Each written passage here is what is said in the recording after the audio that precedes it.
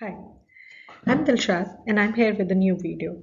Last time I made an elaborate video explaining about the entire NAC OSCE exam, what the exam is like, what to expect from the exam.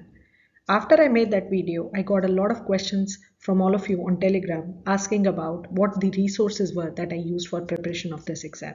So this video is all about that. A brief introduction about myself. I'm an international medical graduate from India. I scored a superior performance in NAC OSCE and a high score in QE1. I entered in both US and Canadian match in year 2021 and I completed all the exams for US and Canadian medical licensing exams in under a year. I got matched in US NRMP match first and I'm practicing residency in US right now. After getting about 25 interviews from both US and Canada and matching in my first shot, I can guide you to your dream residency confidently. So, something about NAC OSCE. This is just a brief introduction about the exam and telling you that this is a practical exam. More so, this test actually acknowledges the skills you have for being a physician in Canada. It checks your communication skills, your history taking skills, and examination techniques. Basically, this exam is all about to check whether you can integrate into Canadian healthcare system or not. So, you know the cost of the exam. It's a very expensive exam. So, I always advise everyone that the first shot is the best shot. Don't just think that you'll take an exam again the next year because it's $3,500 plus for one exam setting. Just brief about the exam format. This exam format is based on different stations or different rooms, and there are 12 rooms in total. Out of these, 10 rooms are counted towards the final score, or 10 stations are counted towards your final score. When you enter the room, you have two people in the room. One of them is an actor who acts like a standardized patient, and the other person in the room is a PE or a physician examiner who will evaluate you, give you scores according to their criteria of communication skills, how you took the history of the patient, what kind of history you took, everything. NAC OSCE is based on two kinds of cases. So, in brief, the first type of cases are history taking cases. These cases essentially are revolving around how well you take a history and you perform a relevant examination and you answer the post encounter questions at the end. I'll just give you an example. Say a history taking case can be Mary, a 20-year-old patient, presents to you with abdominal pain. Take relevant history and perform relevant focused examination. So, and answer the post encounter questions. So, depending on what the case is, they may have a post encounter question that can involve you interpreting the medicine chart of the patient, you seeing the x ray of the patient, you seeing some kind of ECG for the patient, anything that is relevant to that case. The second kind of case are the important category of cases. These are counseling cases. Counseling cases can be where you have to counsel and address patients' concerns. These cases are important because first you get a lot of time to get the brief history of the patient.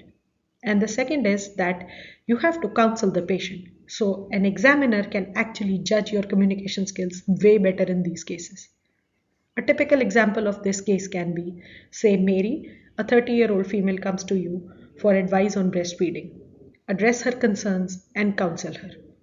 That is it. The whole case will be about you asking the history, addressing the concerns of the patient.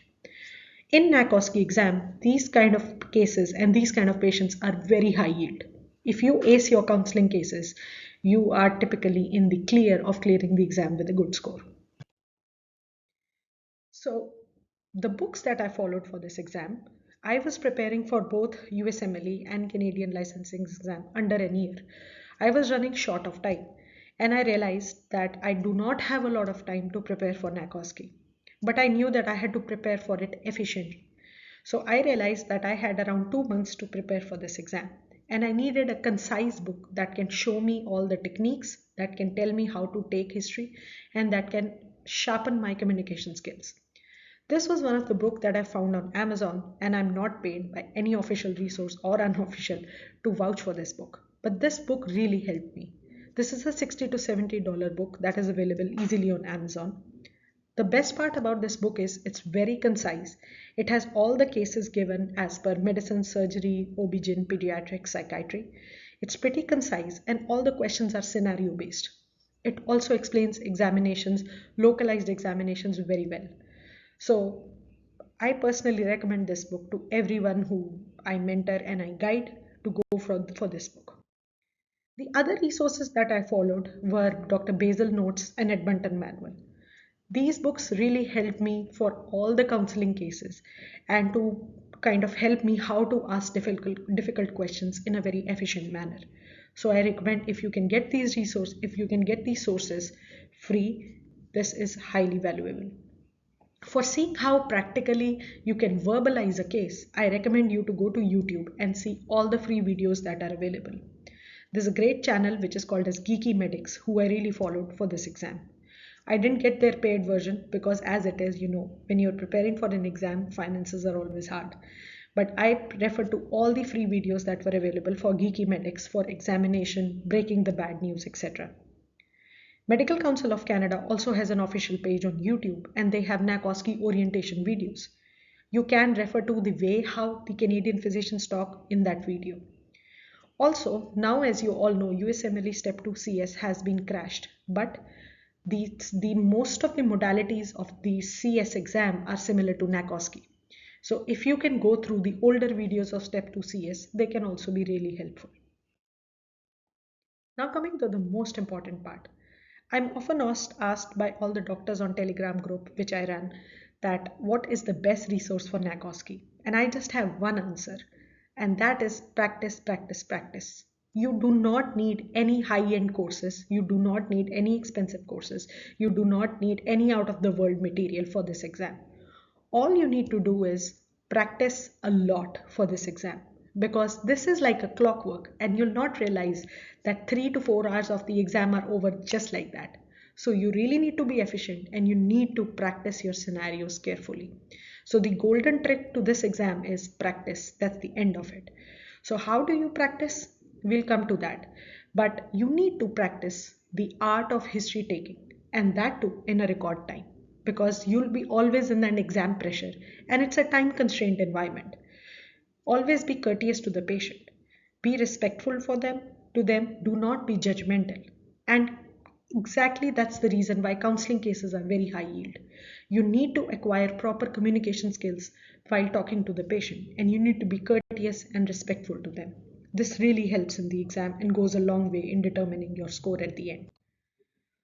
So my suggestion is if you have time and you have good friends around you, form a study group with friends. If you can't, I did not have so much of time and I did not have a study group. But in actuality, I would use myself in the mirror or I would talk to my husband or my brother, make them as my patients, and then practice my cases on them. And then I would ask them to let me know their feedback about how they feel, that how am I a doctor to them? Do they want a person like me to be their doctor? And if at the end of the case the answer was yes, I knew that this is a good way of going. Practice verbalizing your cases and always time yourself. Just be cautious about the timer running in the back of your mind. And plan your study schedule. If you are wanting to prepare for a May or a September session, just start revising practicing your cases every day so that by the time the main time comes, you have verbalized the cases so often that you are now in the routine of talking. Also start early. Good luck, and I'll be sharing other strategies for QE1 and resources in the next video. Thank you and have a nice day.